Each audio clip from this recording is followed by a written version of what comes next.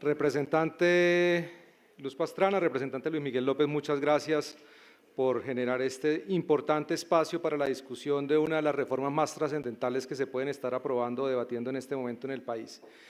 Desde el Instituto de Ciencia Política de Hernán Echavarría Olózaga queremos hacer un llamado para que esta discusión, que compromete los ingresos presentes y futuros de los colombianos y deja amarradas a las próximas generaciones, sea rigurosa y también responsable. Un debate sobre la dignidad humana para la vejez debe darse de forma responsable, reconociendo el impacto de las decisiones que hoy se están tomando, y rigurosa en cuanto se deben tomar en cuenta aspectos fundamentales como los parámetros de cotización para que se resuelvan realmente los problemas del sistema en términos de sostenibilidad, acceso y cobertura. La responsabilidad no es negociable, teniendo en cuenta que se están comprometiendo las finanzas públicas del país, afectando el ingreso disponible de los colombianos, especialmente el dinero de la clase media y de los jóvenes. La propuesta de reforma llevará a una deuda alta y costosa a largo plazo, en la que no serán los legisladores actuales quienes asuman la responsabilidad de los resultados, sino los colombianos a través de más impuestos y más cotizaciones obligatorias que en todo caso no garantizarán pensiones dignas. Preocupa que la propuesta del gobierno plantee la entrada en vigencia de la reforma para el 1 de julio del 2025. ¿Cuál es la motivación e interés detrás de esta celeridad? Especialmente luego de haber escuchado al sindicato de Colpensiones que demuestra que no tienen la capacidad técnica y operativa para asumirlo.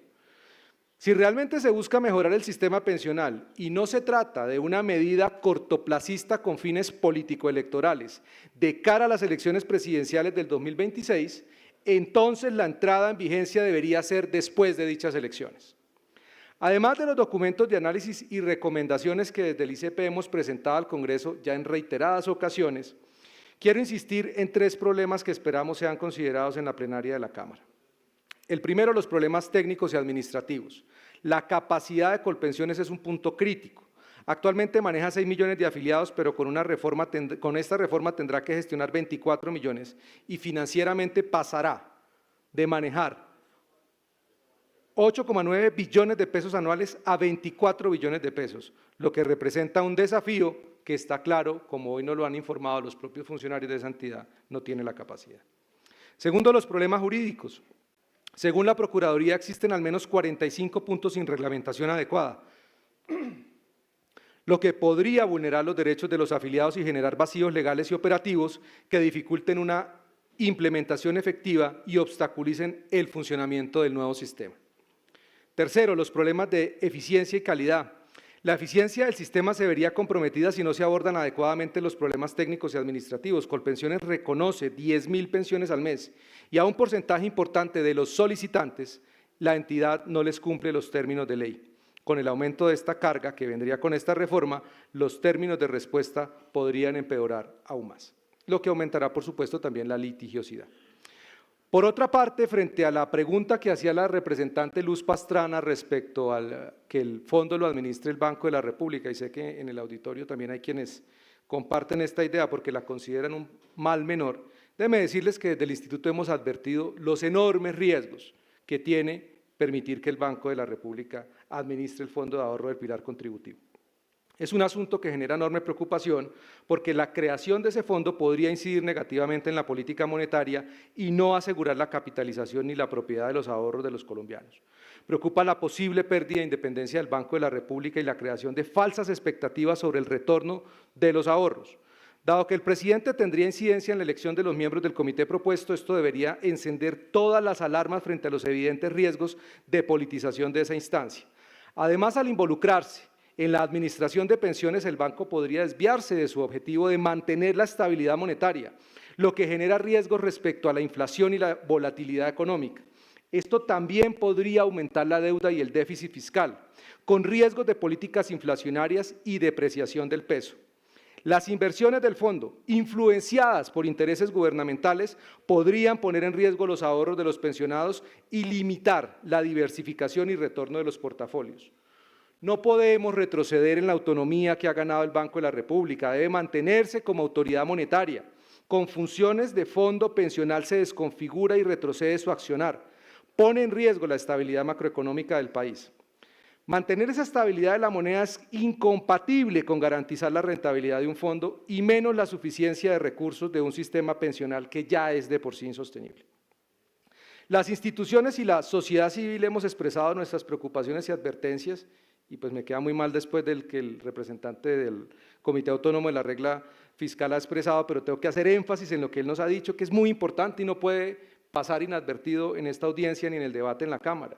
Ese fondo se agotaría antes del 2062, implicando unas transferencias adicionales a Colpensiones valoradas en 2.5% del PIB anual, con un costo de 52 billones anuales a largo plazo. El país necesita un mejor sistema pensional, pero la respuesta no es estatizando las pensiones ni fortaleciendo un sistema de reparto insostenible. La reforma debe orientarse a incentivar y facilitar el ahorro en cuentas individuales con capitalización, permitiendo invertir y elegir en un sistema de libre competencia que responda a los mejores intereses de los trabajadores. Desde el Instituto de Ciencia Política hemos propuesto en diferentes espacios, primero, no establecer umbrales de cotización obligatorias. Segunda, transformar a Colpensiones en una AFP pública que compita en un sistema de libre competencia con las otras AFPs. Tercero, permitir aportes blandos para quienes no están en un esquema de contratación formal, especialmente en un país con altas tasas de informalidad laboral, tanto en lo urbano, pero mucho más grave en lo rural. Cuarto, crear incentivos de ahorro y facilitar pagos mediante mecanismos disruptivos e incentivos fiscales para todos aquellos a los que les están prometiendo una renta vitalicia paupérrima que no logren cumplir con las 1000 semanas. Promover la educación financiera, por supuesto, tiene que ser transversal a todo esto y dar un debate sensato sobre qué es la pensión y qué es el resultado de un ahorro vinculado a un contrato laboral. A un contrato laboral que necesita unas condiciones para que el país supere no solamente los problemas de informalidad, sino también los problemas de desempleo, que se verán agravados con la reforma laboral que hoy se está votando en la Comisión Séptima de la Cámara de Representantes.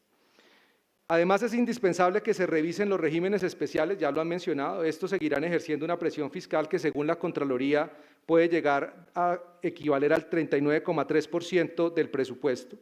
Con los ingresos que se coticen de manera obligatoria con esta reforma, se seguirán pagando las pensiones más altas del país. Si hablamos de un sistema que se enfoca en la solidaridad, la apelación a este principio debe partir del ejemplo con los funcionarios públicos, especial aquellos con altos cargos que terminan con pensiones vitalicias.